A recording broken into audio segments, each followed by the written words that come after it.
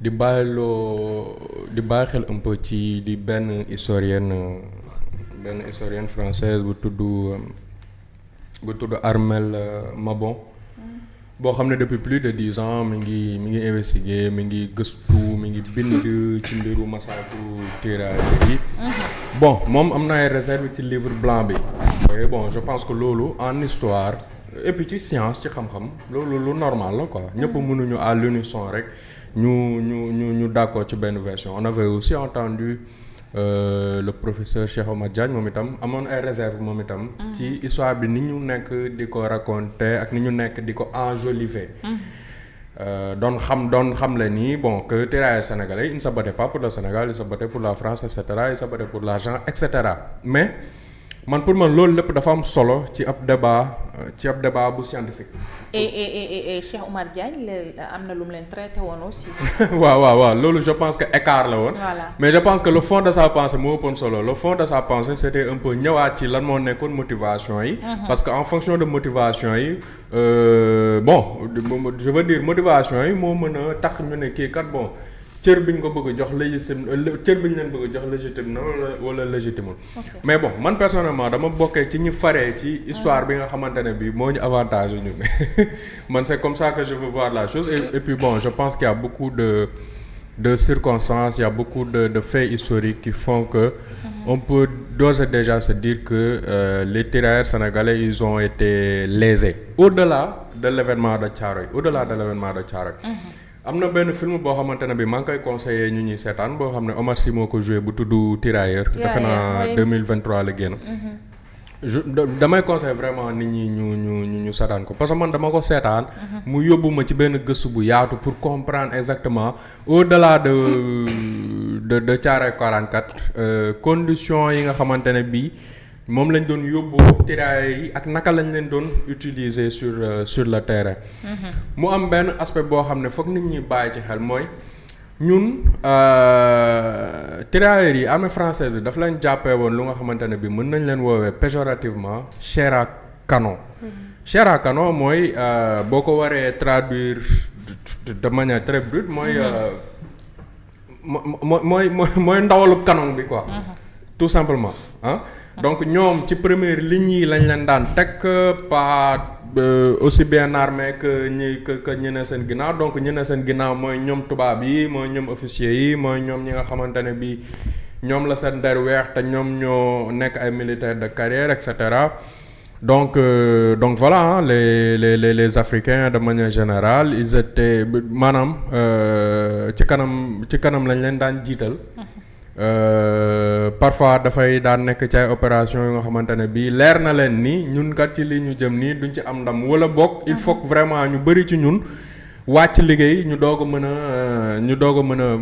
arriver à notre fin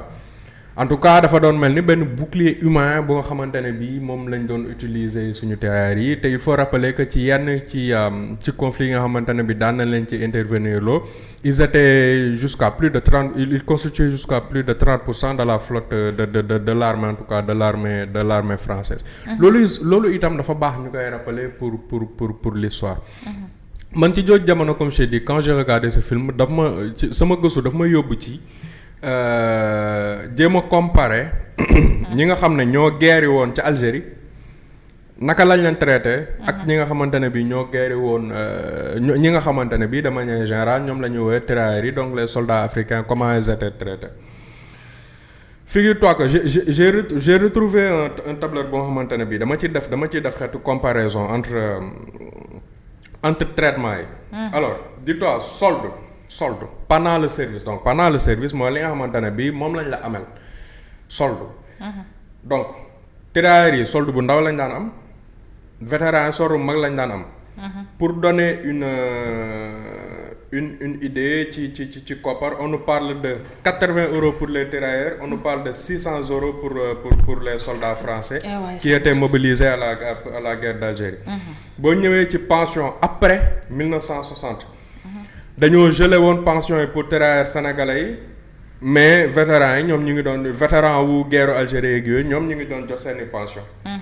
La revalorisation elle est intervenu en 2026 donc Chirac moo revaloriser pension yeeg li ñu amal kii donc 2006 autant pour moi donc boobu fekk na bëri na ñoo xamante ne bi ci terailleurs yi génn nañ àdduna ils n'ont pas pu en bénéficier te ay ati at topp nañ ci ginnaaw loolu alors qu'au même moment ñi nga xamante ne bi ñoo nekkoon vétéran français yi ñoom 1962 ba tey ñu ngi doon jot la ñu war a jot soxlawuñu revalorisation ndax ñu ngi doon jot li ñu waroon jot.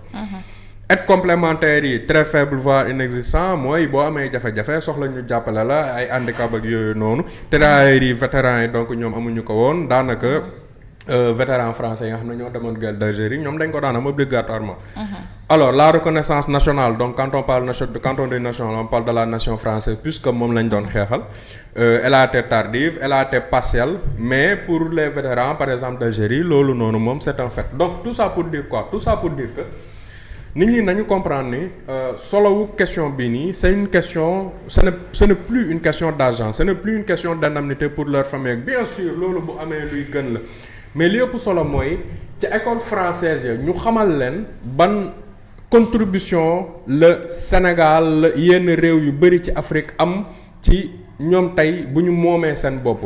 ñoom tey ba Allemagne nangoo lu bari ci seeni suuf ay tirailleurs sénégalais tirailleurs africains et soldats dañoo dem jàppale leen pour ñu génn ci boobu situation sans pour autant ñoom ci rétribution bi nga xamante ne bi moo tolloo ak lañ ca daj ci boobu la xeex dem nañ ci guerre Indochine ci dem nañ ci guerre mondiale tout ce que je veux dire